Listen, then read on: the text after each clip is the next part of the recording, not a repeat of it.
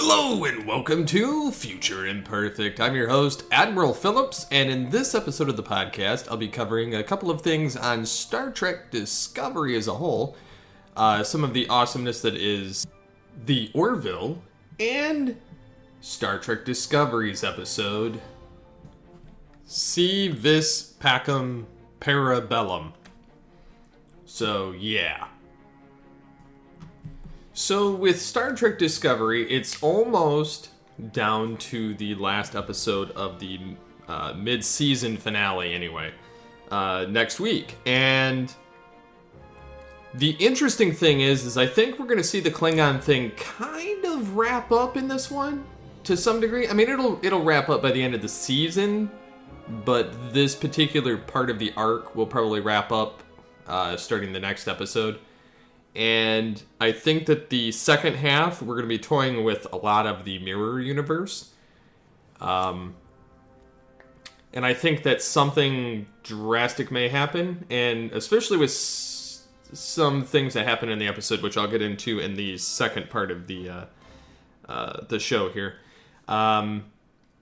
So first of all, getting to a little bit of the Trek news regarding Discovery, Rand Wilson wants a Harry Mudd spinoff, which... Funny enough, there were talks about it back in the 60s and early 70s of having a Harry Mudd spinoff. Unfortunately, it didn't get green-lit, and Gene Roddenberry had to pass that along to the then actor of Harry Mudd, that, sorry you didn't get your show, and he's like, wait, what show? So...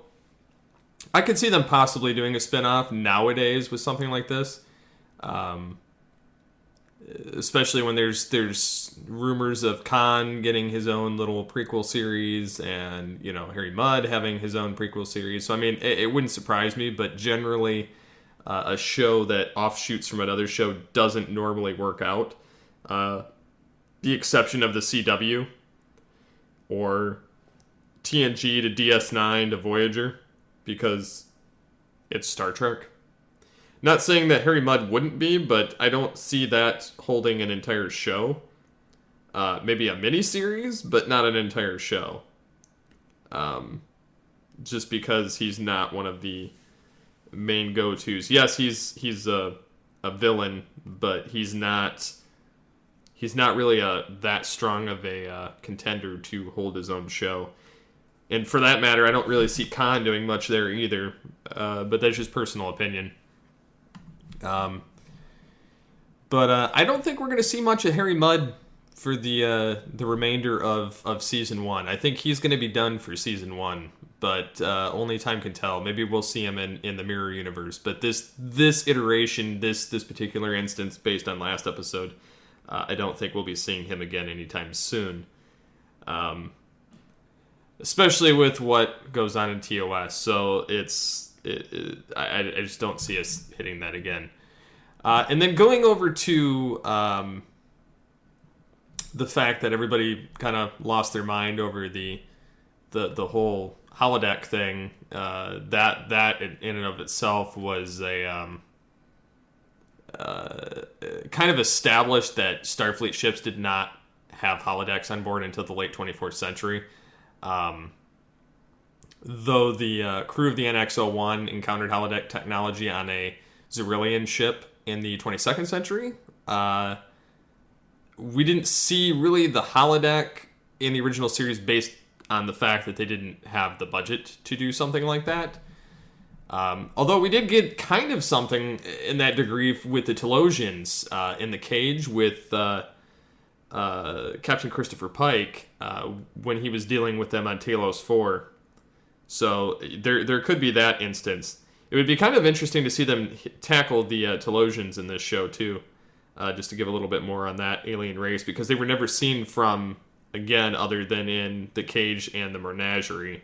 We never saw them again.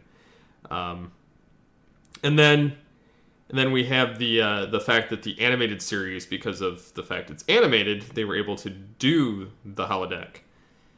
Or rec center. It wasn't really a holodeck per se. It was still within reason Not really like the TNG holodeck per se.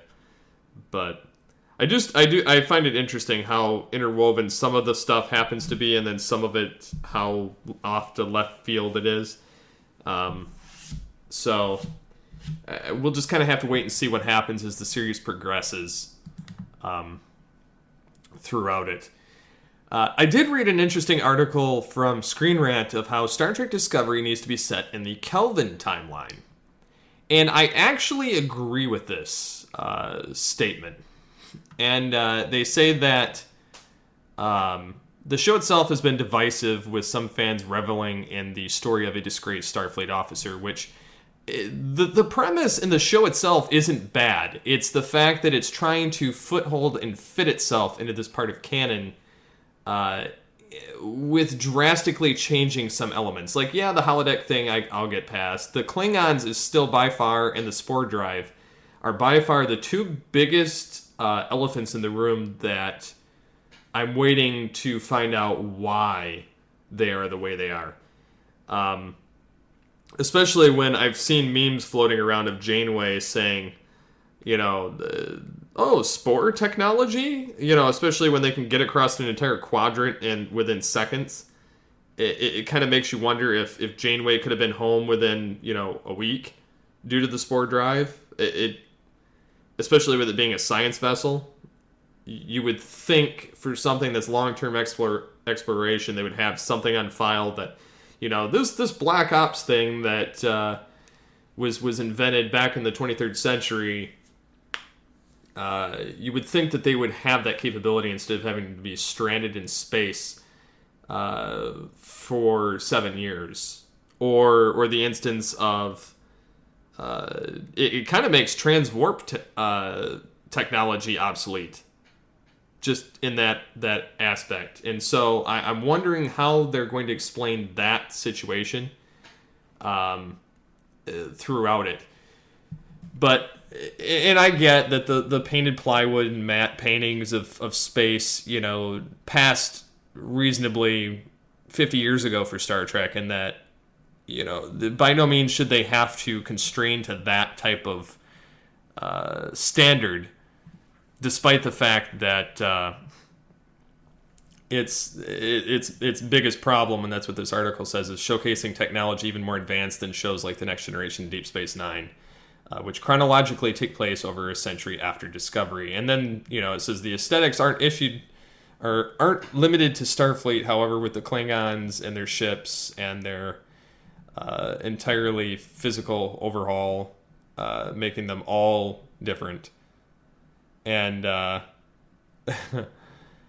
and then that's one of the biggest issues aside from it. But they're saying that with the way that they've had the lens flares, the shiny bridges, all of the designs, all of that, that it realistically could fit in the Kelvin, other than the fact that Klingons don't look the same, but they look close enough. I still go to the belief that if they should have just done an entire reboot and started over. I'm not saying that I wouldn't like the Prime and original universe to be rediscovered and repicked up and continued in the 25th century, mid-25th century or something like that, or 26th century, because, obviously our technology is advanced in about 60% of the cases, other than the starships and the warp travel and all that, and holodeck technology. Or even replicators. We're close on some of the stuff, but we're still by far a long ways away. That it realistically could be pushed that far and see what happens. But with this point in time, I believe Trek should have just done a complete reboot on television and used the Kelvin universe, and had the Kelvin universe being the kind of the primer for this universe, and showcasing why they have all this advanced technology and this modern look to them, and then not even having to have the original series crew in it. And they still could have done this and referenced a lot of it, because you would still get the lore from the original Star Trek that would still take place. However, you wouldn't have to be constrained by the baggage of 50 years of Star Trek. And I think that would have been the more wise route to go. Additionally, so that if they wanted to have a cameo by anyone from the Kelvin universe, it would have been much easier to have them portray their characters in the more modernistic look than having to CGI one of the original actors back in as their counterparts. I just think that it would have been more tasteful to do it that way. That's not saying that I didn't want to see like a, early 24th century show or a mid 25th century show, or even, some other stuff. But I don't think doing a prequel was the wisest way to go with the Prime universe. But they're also saying in this article that the litany of confounding decisions have negated whatever nostalgic value the promise had of being in the Prime timeline. And they're even agreeing that Discovery, as well as anything Star Trek going forward, should exist in the Kelvin timeline, just so that we're not stepping on the toes of what came before. We can have the ability to create new, and that would resolve several issues almost immediately from the aesthetic viewpoint, to the leap to see how Discovery's version of Starfleet could credibly exist a few years before the events of the Abrams Star Trek film. Since a lot of it's borrowed from that anyhow. But and then they said that there's a more practical reason to set Discovery in the Kelvin timeline, and that's because the average viewer is more familiar with it at this point than the Prime timeline that took place over 10 movies and 700 episodes, and majority of it hasn't aged well, which is true. The stories are still good, but yeah, I think that Discovery is finally starting to hit its foothold with getting on board with more Trek-centric storyline and storytelling, all the while still kind of being stuck in its little bubble. But I'll get to that in a minute, as we kind of go through. Then there's this theory that's been floating around, which I don't believe it's true, but it could be, that Stamets could be turning into the Traveler from TNG, from where no one has gone before. And for those that don't know what the Traveler is, he's a being who described himself as the Traveler, whose real name is claimed was unpronounceable by humans, was a humanoid from a mysterious species encountered by Starfleet in the 2360s. Variously reported to be from the Tau Alpha C and Tau Ceti. He himself claimed to be on a journey to experience our reality. That while he was not from another time, he might be, according to Starfleet's understanding of time. I don't think he's that, just based on the description alone, and the fact that just the physical appearance, although not saying that people can't transform themselves or change based on attributes. But it says that he could phase out of time and dimension and move between planets and starships. And I kind of feel that it could be to some degree the same type of thing, but I think they're toying with, and I think this is where Discovery's pulling from, is that during these travels, the Traveler became an assistant to Starfleet propulsion expert Kaczynski, who claimed to have discovered a revolutionary new method of warp drive. Although some of his theories did have merit, Kaczynski's formulas turned out to be bogus, as Wesley Crusher discovered that it was actually Kaczynski's assistant, the Traveler, who was the driving force between the propulsion system. And it says that when the Enterprise D was catapulted millions of light years to the M33 galaxy, and making its way back to the Milky Way, instead traveled to the end of the universe. So. Yeah, they. I could see I could see how the Traveler could be Stamets if they're going that route, or could be somebody that's picked up by a Traveler and kind of trained. So I could kind of see that, like where they're doing the warp bubble type thing and kind of teleportation with the ships. But I don't think it's going to be that. I think that they're going to continue playing on this route of the spores and all that they've been playing with since. But I do like the theory that it's connected to TNG in that method. And it would give Stamets some more grounding in the future, if not being the only survivor in the future to some degree. So anyways, I do like that concept alone. I do think that it was funny that the holodeck thing had people freaking out, though. And then I'm going to move over to the Orville briefly before going to a quick break and coming back with the Star Trek Discovery episode review. The Orville, I believe, has been kind of picking up pace and doing really well, tackling a lot of the Voyager / TNG type storyline telling that we're getting so far. We've had the social media commentary last week, where John is humping the statue and being voted on Twitter style for life or death, and essentially life or death. I know that it's not that. And then this week we had the medical officer going on vacation with her 2 boys and had the android with them.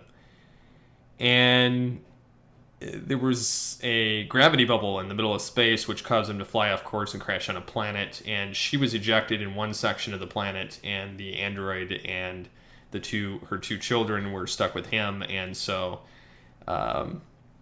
you get this nice bonding of compassion and fellowship between crewmates as the android is learning how to cope with human behavior and children and having to find the mother, and the mother's having to try and find escape, and just everything overall. It felt very TNG-like, and then even how they wrapped it up. So it's been kind of interesting seeing a lot of centric episodes on people that aren't necessarily Seth MacFarlane. And I like the Seth MacFarlane-centric episodes too, but I think that where the show shines is that everybody's getting equal footing on storylines, and like this is the second episode where Seth MacFarlane's character hasn't really been a central role. He's been more of a tag-along character, kind of like in Discovery. So I think there's a lot of parallels between them that make them both really well designed and written shows. But what do you guys think on it? So I'm going to take a quick break, come back on the other side with the review on Si Vis Pacem Parabellum. And we're back. So in this episode, you kind of end up with the Discovery teleporting in to save a Federation starship, the USS Gagarin, from a Klingon attack, which is being fought by 6 Klingon ships that are all cloaking, and they call it invisibility screens, which I have a theory on this, is that the entire fleet doesn't get these, but they are enamored by the technology, and eventually all of them are destroyed. And I think that in this episode, and mind you, this part is going to be spoilers, this entire section of the review, so if you haven't seen the episode yet, come back and listen later. But there's a Klingon later that's talking to Admiral, the Admiral that was captured. See, you can almost kind of tell how much I care about some of these characters, or remember them based on if I can remember their names, or the actors. Admiral Cornwell, who's against Laurel, who hates General Core or whatever his name is, and they come to this understanding, and she wants to defect from Core, and I have a feeling that she will defect, and I have a feeling that she will give them the access to take down the invisibility screens, which is using some kind of a different system. than what the cloaking technology that Romulans use, because we know that later on the Klingons don't have cloaking, and they get more sophisticated with the TOS than they are here, and maybe this is why they aren't like religious zealots later on, is because of this show. Like, I'm trying to rationalize it and make it fit the best I can. And I'm thinking that maybe because the Klingons are religious zealots in this show, that's why future Klingons are not. And they just hold on to the Kahless memory, and that's about it. And their honor and warrior style battle. And we know that the Klingons steal the technology for cloaking from the Romulans who've perfected it. So just like the Federation eventually does the same thing in Pegasus, and then they do it again for the Defiant. So we have this situation where the Discovery can't stop the destruction of the ship and manages to warp out, and Stamets comes out of the booth and is kind of disoriented and says, "What are you doing down here, Captain Tilly?" Which I think is foreshadowing that she's eventually going to be a captain. Obviously, since they've kind of hinted at it throughout the season of her training and whatnot. And then he snaps back, and he's that persnickety, like, hard-nosed engineer we met in the third episode, and I was like, oh, great, the Dick is back. And then he's kind of like in these different phases whenever he comes out. It's having like a psychological toll on his mind. And he kind of put Tilly in this position that, if you report me and the doctor doesn't turn me in, then he loses his job and his career. And if he does turn me in, I'm going to be a poking, prodding subject at Starfleet. So they're kind of like stuck in this little bubble here. And I'm under the belief that eventually everyone on this ship will be dead by the end of the series, because there's no reason for any of them to survive or anywhere that they could go. So I'm under that assumption that eventually they'll all be gone, unless they make Tilly number one on the Enterprise under Captain Pike eventually. But that's neither here nor there. So the Gagarin is lost. Lorca says, now is not the time to grieve, and then we cut to Burnham and the landing party on Pavo. With Saru and Lieutenant Tyler, and Saru's just the whole episode kind of like, while they're on the planet, kind of screams TOS, and so does the rest of the show for that matter. And there's a lot of cutting back and forth and a lot of different things going on between the Klingons, the landing party, and Lorca's situation of kind of complaining to the Admiral that, hey, we're not, we can't be the only ship that's out here helping. And so we kind of run into the fact that we're seeing a lot of dissension between different people and a lot of fights going on, and Saru's kind of taken over and blinded by this alien race of balance, which it would be interesting if they are basically like the Organians before they showed off like a physical form. Like, because they met this crew, this is why they have like the physical form in the episode with the Klingons and the Federation later on with Kirk and I don't know if it was Koloff or Kor. I'm not sure. But anyways, it would be interesting if that's why we end up with that situation because of this. But this race wants to basically help unite the Federation and the Klingons and stop their struggle. As their way of helping, they send a communication to the planet, which Lorca is like, why did you do this? And Burnham's like, we didn't. It's the aliens in an attempt to create peace to help us out. And so the next episode for the mid-season, we will end up with possibly a battle between the two, more than likely, because it's going to be the sarcophagus ship that shows up initially. and so we'll kind of see what happens on the next episode and how it plays out. Would be interesting to find out where the albino Klingon is at this point, because they said that he'll lose everything and then he's gone, and then Ash Tyler shows up like pretty much right after.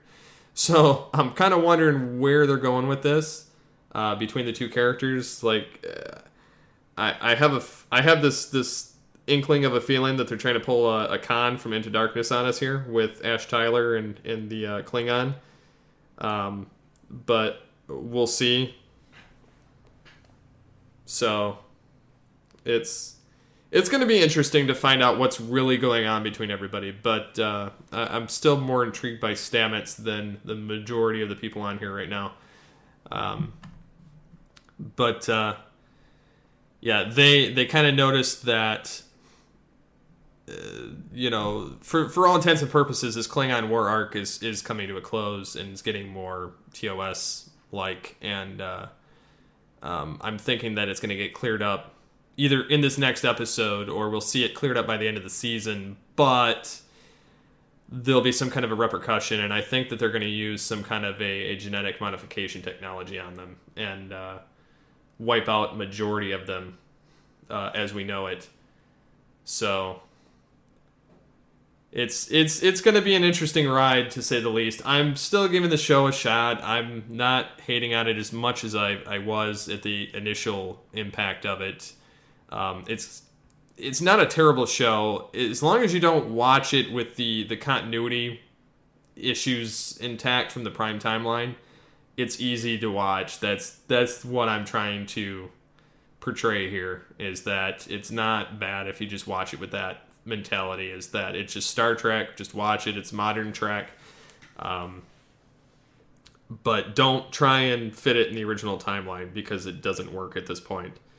Now, it may by the end of the season. I still wish that they would explain why the Klingons look the way they do. Like, basically every Klingon looks exactly the same, and none of them resemble anything from Enterprise, anything TOS, TNG, nothing. They all look totally different.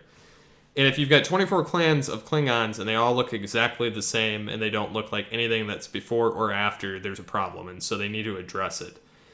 And I think that I could get past that if that was the point. And I'm fine with if they're going to explain that Discovery is this... They've already said it's a prototype ship and that it's one of a kind now at this point with the USS Glenn gone. But I would like to see how the Constitution classes look at this point when they show up. That's going to be the pretty telling matter of this. One thing I forgot to mention is that Robert Picardo is going to be guest starring on the Orville soon, which I think is kind of awesome. Because we already have a DS9 alumni from season 7 of DS9 playing the Doctor, but I'm looking forward to seeing what they do with those. So, what do you guys think on the newest episodes? What do you want to see coming up? And just what have you been enjoying about Star Trek Discovery or the Orville, or what are some of your problems with either one? I'd love to have a conversation. So, you can give me feedback at Future Warped. Yes, that's right. Future Warped, which is the